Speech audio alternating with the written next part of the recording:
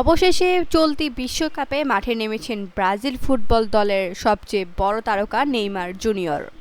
বুধবার বাংলাদেশ সময় ভোররাত 4টায় স্কটল্যান্ডের বিপক্ষে ম্যাচের ৭৬ মিনিটে যখন তিনি বদলি খেলোয়াড় হিসেবে মাঠে প্রবেশ করেন, ব্রাজিল তখন ৩-০ ব্যবধানে এগিয়ে থেকে নকআউট পর্ব নিশ্চিত করার উল্লাসে মেতেছে।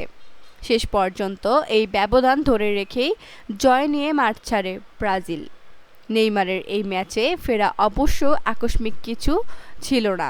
চলতি সপ্তাহের শুরুতেই ব্রাজিল দলের পক্ষ থেকে জানানো হয়েছিল তিনি সম্পূর্ণ ফিট এবং মাঠে নামার জন্য প্রস্তুত। ডান পায়ের কাফ ইনজুরির কারণে ব্রাজিলের প্রথম দুটি ম্যাচ মিস করার পর অবশেষে এই ফরোয়ার্ডের বিশ্বকাপে অভিষেক হলো। তবে ম্যাচে নেইমারকে শুরুর একাদশে রাখা হয়নি।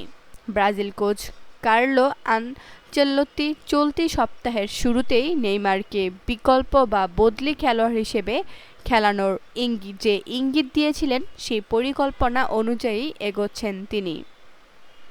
দ্বিতীয়ার্ধে নেইমার যখন সাইডলাইনের পাশে ওয়ার্ম আপ শুরু করেন, গ্যালারির সেই অংশের দর্শকরা উল্লাসে ফেটে পড়েন।